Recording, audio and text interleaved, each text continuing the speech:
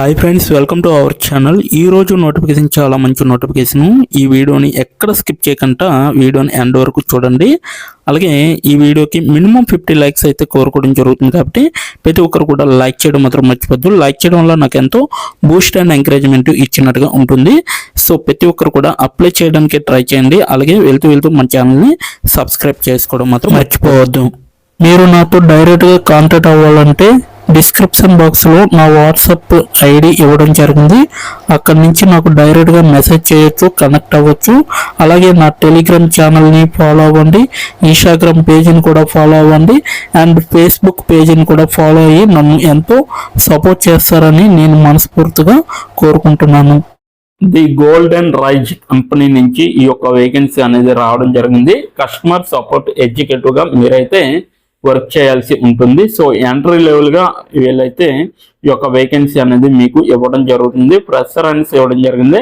Freshers ఎవరైనా కూడా ఈ యొక్క కంపెనీకి అప్లై చేసుకోవచ్చు. ఈ యొక్క జాబ్కి విశాఖపట్నం గ్రామీణ మండలము భారతదేశంలో ఉంటుందన్నమాట ఈ యొక్క కంపెనీ. సో 2 రోజుల క్రితమే ఈ యొక్క వేకెన్సీ అనేది తీయడం జరిగిందనమాట. మనకి 100 మంది పైగా దరఖాస్తు పైన క్లిక్ చేసి అప్లై చేసుకోవడం అనేది జరుగుతుంది. రిమోట్ ఒప్పందం అనేసి ఇవ్వడం జరిగింది. అంటే ఫుల్ టైం వర్క్గా మీరు వర్క్ చేయాల్సి ఉంటుంది. ఇదైతే రిమోట్ లెవెల్గా ఈ యొక్క వేకెన్సీ అనేది రావడం జరిగింది అనమాట. ఉద్యోగం గురించి చూసుకుంటే కంపెనీ అవలోకనం వచ్చేసరికి హైదరాబాద్లోని శక్తివంతమైన గచ్చిబౌలి జిల్లాలో ఉన్న గోల్డెన్ రైజ్ అనేది ఒక ప్రముఖ ప్రతిభ కలిగిన అవుట్సోర్సింగ్ సంస్థ అనేసి వీళ్ళైతే క్లియర్గా చెప్పడం జరిగింది. మేము నైపుణ్యం కలిగిన నిపుణులను అగ్ర బహుళ జాతి సంస్థల మరియు వినూత్న స్టార్టప్లతో అనుసంధానించడంలో కెరీర్ వృద్ధిని మరియు సంస్థాగత విజయాన్ని పెంపొందించడంలో ప్రత్యేకత కలిగి ఉన్నాము అనేసి వీళ్ళైతే క్లియర్గా చెప్పడం జరుగుతుంది. ఉద్యోగ సారాంశం వచ్చేసరికి మా బృందంలో చేరడానికి ఉత్సాహభరితమైన మరియు కస్టమర్ ఆధారిత customer support executive entry level కోసం వీళ్ళైతే చూడడం జరుగుతుంది. మేము ఎతుకుతున్నాము అనేసి చెప్పడం జరుగుతుంది. కస్టమర్ సేవ పట్ల మక్కువ ఉన్న మరియు వారి కమ్యూనికేషన్ మరియు సమస్య పరిష్కార నైపుణ్యాలను అభివృద్ధి చేసుకోవాలని పెసర్లకు ఈ పాత్ర అనువైనది అనేసి చెప్పడం జరుగుతుంది. కస్టమర్ సపోర్ట్ ఎగ్జిక్యూటివ్గా అద్భుతమైన కస్టమర్ సేవను అందించడంలో మరియు కస్టమర్ సంతృప్తిని నిర్ధారించడంలో మీరు ముఖ్యమైన పాత్ర పోషిస్తారు అనేసి చెప్పడం జరిగిందనమాట. అలాగే కీలక బాధ్యతలు చూసుకుంటే కస్టమర్ విచారణలు ఫోను, ఈమెయిల్ మరియు చాట్ ద్వారా వచ్చే కస్టమర్కు ప్రశ్నలను నిర్వహించే విధంగా ఉండాలి. ఖచ్చితమైన సమాచారాన్ని అందించడము మరియు సమస్యలను సకాలంలో పరిష్కరించే విధంగా ఉండాలన్నమాట. ఉత్పత్తి సేవ మద్దతు అనమాట. ఉత్పత్తి లేదా సేవకు సంబంధించిన ప్రశ్నలతో కస్టమర్లకు సహాయం చేయడము, ట్రబుల్ షూటింగ్ దశల ద్వారా వారికి మార్గనిర్దేశం చేయడము లేదా తగిన వనరులకు వారిని మళ్లించడం అనేది మీకైతే చాలా బెటర్ అనేసి వీళ్ళైతే చెప్పడం జరుగుతుంది. ఇది కూడా బాధ్యత అనమాట. సమస్య పరిష్కారం వచ్చేసరికి కస్టమర్ ఫిర్యాదులను పరిష్కరించడం మరియు పరిరక్షించడము, అలాగే కంపెనీ విధానాలను మరియు కస్టమర్ సంతృప్తికి అనుగుణంగా ఉండే పరిష్కారాల కోసం కృషి చేసే విధంగా ఉండాలన్నమాట. ఆర్డర్ నిర్వహణ అనమాట. ఆర్డర్లను ఉంచడము, ట్రాక్ చేయడము లేదా సవరించడంలో కస్టమర్లకు సహాయం చేయండి మరియు డెలివరీ స్థితి లేదా వారి కొనుగోలుకు సంబంధించిన ఏవైనా సమస్యలపై నవీకరణను అందించే విధంగా ఉండాలన్నమాట. కస్టమర్ ఫీడ్బ్యాక్ అనమాట. కస్టమర్ ఫీడ్బ్యాక్ మరియు సూచనలను సేకరించి డాక్యుమెంట్ చేయండి.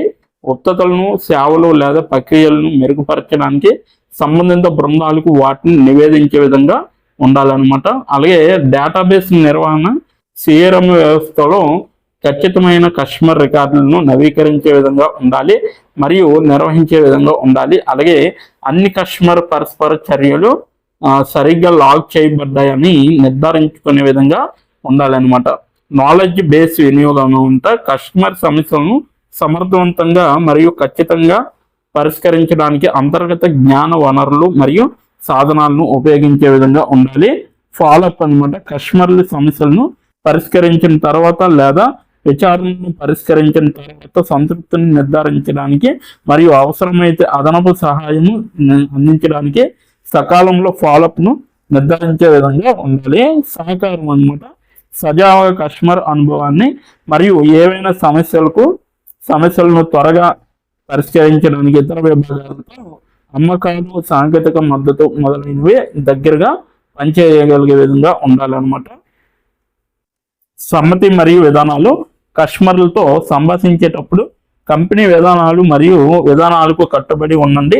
అన్ని సమయాల్లో గోప్యత మరియు వృత్తి నైపుణ్యం నిర్ధారిస్తారు అనేసి చెప్పడం జరుగుతుంది. అర్హతలు చూసుకుంటే ఏదైనా రంగంలో బ్యాచిలర్ డిగ్రీ చేసిన వారు ఉండాలి. సో కస్టమర్ సేవపై ఆసక్తి మరియు నేర్చుకోవాలని ఉన్న కోరిక ఉన్న ప్రెషర్లు దరఖాస్తు చేసుకోవాలని ప్రోత్సహించబడ్డారు.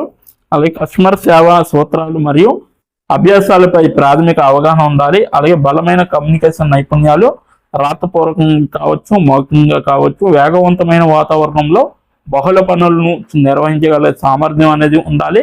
అలాగే కస్టమర్ ఫస్ట్ విధానంతో అద్భుతమైన సమస్య పరిష్కార నైపుణ్యాలు ఉండాలి. Microsoft Office suite, Word, Excel, PowerPoint లో ప్రావీణ్యం కలిగి ఉండాలి. అలాగే వివరాలు మరియు సంస్థాగత నైపుణ్యాలపై బలమైన శ్రద్ధ వహించాలి. సానుకూల దృక్పథం మరియు కొత్త సవాళ్ళను స్వీకరించడానికి సంసిద్ధంగా ఉండాలన్నమాట. అలాగే పోటీ జీతము మరియు ప్రయోజనాలు ప్యాకేజీ ఉంటుంది. అలాగే వృత్తిపరమైన వృద్ధికి మరియు కెరీర్ పురోగతికి అవకాశాలు ఉంటాయి. అభ్యాసం మరియు అభివృద్ధిని పెంపొందించే సహాయక మరియు డైనమిక్ పని వాతావరణం అనేది కల్పించడం జరుగుతుంది. మీ కస్టమర్ సేవ నైపుణ్యాలను పెంపొందించడానికి సమగ్ర శిక్షణ కార్యక్రమాలు అనేవి అందించడం జరుగుతుంది. స్థానం వచ్చేసరికి గచ్చిబౌలి, హైదరాబాద్ అనేసి ఇవ్వడం జరిగింది. అలాగే దరఖాస్తు ప్రక్రియ వచ్చేసరికి ఆసక్తి గల అభ్యర్థులు తమ రెజ్యూమ్ మరియు customer support executive entry level పాత్రలో వారి అర్హతలు మరియు ఆసక్తిని వివరించే కవర్ లెటర్ను ది గోల్డ్ రైజ్ కెరీర్ పోర్టల్లో సమర్పించడం ద్వారా దరఖాస్తు చేసుకోవాలి. సో ఎలా దరఖాస్తు చేయాలి కూడా ఇప్పుడు వివరించడం జరుగుతుంది. దానికన్నా ముందు ఈ యొక్క నోటిఫికేషన్ లింక్ నేను కింద నా డిస్క్రిప్షన్ బాక్స్ లో ఇవ్వడం జరిగింది. అక్కడ అప్లై ఆన్లైన్ లింక్ అనేది ఉంటుంది. ఆ లింక్ పైన క్లిక్ చేస్తే ఈ యొక్క పేజీ అనేది రావడం జరుగుతుంది. సో మీరు వెళ్ళి వెంటనే అప్లై చేసుకోవచ్చు. ఇప్పుడు ఎలా అప్లై చేయాలో మనం తెలుసుకుందాం. డిస్క్రిప్షన్ బాక్స్ లో ఇచ్చిన లింక్ మీరు ఓపెన్ చేయగానే మీకు ఈ విధంగా నోటిఫికేషన్ అనేది ఓపెన్ అవుతుంది. ఇక్కడ మీరు ఈజీ అప్లై పైన క్లిక్ చేస్తే మనకి నెక్స్ట్ పేజీ అనేది ఓపెన్ అవుతుంది. ఇక్కడ నెక్స్ట్ పేజీలో అప్లై టు అని ఉంది కదా, అక్కడ దాని పక్కన కంపెనీ నేమ్ అనేది రావడం జరుగుతుంది. ఏ కంపెనీకి అయితే అప్లై చేస్తున్నారో ఆ యొక్క కంపెనీ నేమ్ అనేది రావడం జరుగుతుంది. దాని తర్వాత మీరు మీ యొక్క ఈమెయిల్ ఐడితో లింక్డ్ఇన్లో లాగిన్ అయ్యి ఉండాలి. అలా అయ్యి ఉంటే మీకు ఈమెయిల్ ఐడి కూడా కనబడుతుంది. ఫోన్ కంట్రీ కోడ్ అనేది కూడా కనబడుతుంది. అక్కడ మీ యొక్క ఫోన్ కంట్రీ కోడ్ని మీరు ఎంటర్ చేయాలి. మనది ఇండియా కాబట్టి +91 అని ఉంటుంది. మొబైల్ ఫోన్ నెంబర్ ఉంది కదా, అక్కడ కూడా మీ యొక్క పర్మనెంట్ మొబైల్ నెంబర్ అనేది ఇవ్వాలి. తర్వాత మీరు నెక్స్ట్ అనే ఆప్షన్ పైన క్లిక్ చేయాలి. నెక్స్ట్ పేజీకి తీసుకువెళ్తుంది. ఇక్కడ మీరు మీ యొక్క రెజ్యూమ్ అనేది అప్లోడ్ చేయాలి. డాక్యుమెంట్లో కానీ పీడిఎఫ్లో కానీ రెజ్యూమ్ని అప్లోడ్ చేయాలి. మినిమం రెజ్యూమ్ అనేది 2 MBలో ఉండాలి. అప్లోడ్ చేశాక నెక్స్ట్ అనే ఆప్షన్ పైన క్లిక్ చేయాలి. మనల్ని జాబ్కి కావలసిన కొన్ని క్వశ్చన్స్ అడగడం జరుగుతుంది. అవి ఏమిటంటే ఇప్పుడు చూడండి, మీరు how many years of work experience అని అడుగుతుంది. ఎక్స్పీరియన్స్ లేకపోతే నో ఎక్స్పీరియన్స్ అనేది మీరు మెన్షన్ చేయాలి. ఎస్ ఆర్ నో అనేది. అది కూడా ఎటువంటి ఎక్స్పీరియన్స్ అవసరం లేదు అని అప్లికేషన్లో మెన్షన్ చేస్తే అప్పుడు మీరు నో ఎక్స్పీరియన్స్ అని టైప్ చేయాలి. ఎక్స్పీరియన్స్ ఉన్నవాళ్ళు కంపెనీ నేము, ఏ కేటగిరీలో వర్క్ చేశారు, కేటగిరీ నేమ్ అనేది ఇవ్వాలి. కంపెనీలో ఎప్పుడైతే జాయిన్ అయ్యారో స్టార్ట్ డేట్ అనేది ఇవ్వాలి. మీరు ఎప్పుడు మానివేశారో అంటే ఆ కంపెనీ నుంచి మీరు ఎప్పుడు లీవ్ అయ్యారో ఎండ్ డేట్ కూడా మీరు ఇవ్వాలి. CTC total package of year అంటే మీకు పర్ ఇయర్కి ఎంత ప్యాకేజ్ వచ్చిందనేది కూడా మీరు మెన్షన్ చేయాలి. ఎక్స్పీరియన్స్ లేని వాళ్ళు company name, starting date, end date, CTC ఇవేమీ ఇవ్వక్కర్లేదన్నమాట. నెక్స్ట్ వన్ చూసుకుంటే what is your level of proficiency in English, అంటే మీకు ఇంగ్లీష్లో ఎంత ప్రావీణ్యం ఉందో వీళ్ళైతే అడగడం జరుగుతుంది. ఎక్సలెంట్ అయితే ఎక్సలెంట్, గుడ్ అయితే గుడ్, యావరేజ్ అయితే యావరేజ్, బిలో యావరేజ్ అయితే బిలో యావరేజ్, ఇలా ఇచ్చిన పాయింట్స్లో ఏవో ఒక ఆప్షన్ని మీరు సెలెక్ట్ చేసుకొని మీరైతే అక్కడ మెన్షన్ చేయాలి. నెక్స్ట్ పాయింట్ చూసుకుంటే హౌ మచ్ శాలరీ ఎక్స్పెక్టేషన్స్, ఈ కంపెనీ నుంచి మీకు ఎంత శాలరీ కావాలనేది అడగడం జరుగుతుంది, అది కూడా మీరు మెన్షన్ చేయొచ్చు. నెక్స్ట్ పాయింట్ చూసుకుంటే how did you see this job, అంటే మీరు ఈ జాబ్ని ఎక్కడి నుంచి చూసారో అని అడగడం జరిగింది. సో మీరు యూట్యూబ్ అయితే యూట్యూబ్, ఫేస్బుక్ అయితే ఫేస్బుక్, ఇన్స్టాగ్రామ్ అయితే ఇన్స్టాగ్రామ్, లింక్డ్ఇన్ అయితే లింక్డ్ఇన్, నౌకరీ అయితే నౌకరీ. సో ఈ నాలుగిట్లో అంటే ఈ 5 రకాలలో మీరు ఎక్కడి నుంచి అయితే ఈ యొక్క జాబ్ పోస్టింగ్ని చూసారో సో అది మీరు మెన్షన్ చేయాలి. నెక్స్ట్ వన్ వచ్చేసరికి మీకు బ్రీఫ్ యువర్ సెల్ఫ్ ఇంట్రడక్షన్ అని ఉంటుంది. అక్కడ మీరు ఒక 5 or 10 లైన్స్ మీకోసం మీరు రాస్తే సరిపోతుందన్నమాట. ఫైనల్గా మీరు సబ్మిట్ యువర్ అప్లికేషన్ ఆప్షన్ పైన క్లిక్ చేస్తే మీ అప్లికేషన్ అనేది కంపెనీ వాళ్ళకి చేరుతుంది. మీ రెజ్యూమ్ని చూసి అలాగే మీ స్కిల్స్ని చూసి మీ డీటెయిల్స్ అన్నీ చూసి డైరెక్ట్గా మిమ్మల్ని కాంటాక్ట్ అవ్వడం అనేది జరుగుతుంది, లేదా మీరు ఇచ్చిన ఈమెయిల్కి ఇంటర్వ్యూ మెయిల్ పంపడం జరుగుతుంది అన్నమాట. అలాగే మీరు ఎప్పటికప్పుడు మీ యొక్క ఈమెయిల్ని చెక్ చేసుకోవాలి. సో ఇదన్నమాట మొత్తం అప్లై చేయవలసిన ప్రాసెస్. నోటిఫికేషన్ పూర్తి డీటెయిల్స్ చూస్తారు కదా, ఇంకెందుకు ఆలస్యం, వెంటనే అప్లై చేసుకోండి. ప్రతి ఒక్కరు కూడా ఈ నోటిఫికేషన్కి అప్లై చేసుకుంటారని కోరుకుంటున్నాను. ఇప్పటి వరకు ఈ వీడియోని చూసిన ప్రతి ఒక్కరికి చాలా చాలా థ్యాంక్స్ ఫర్ వాచింగ్.